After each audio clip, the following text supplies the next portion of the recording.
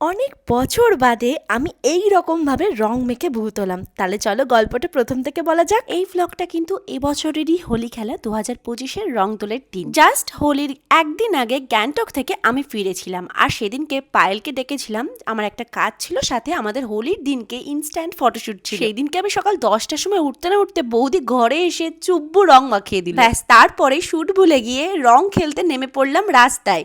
আর যত লোক যাচ্ছে, সেই ছোটবেলার মতন একটা ফিল হচ্ছিল যে সবাইকে পিচকিরি দিয়ে রং লাগিয়ে দেওয়া।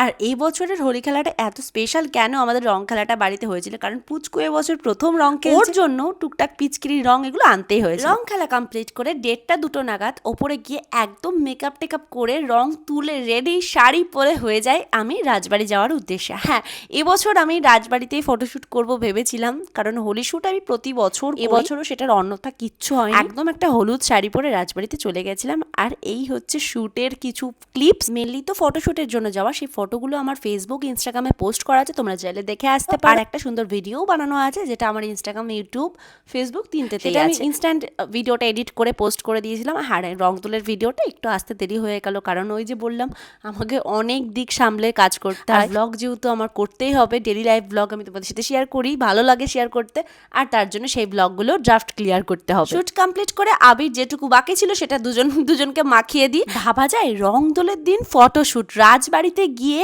একদম ইনস্ট্যান্ট ফটোশুট করে সেদিনকেই পোস্ট। হ্যাঁ, আমি বলেই বোধহয় সম্ভব। রাস্তা দিয়ে যখন যাচ্ছি একটাও লোক রাস্তায় ছিল না, আমরা এইভাবেই ফিরলাম, সেদিন কাটালাম।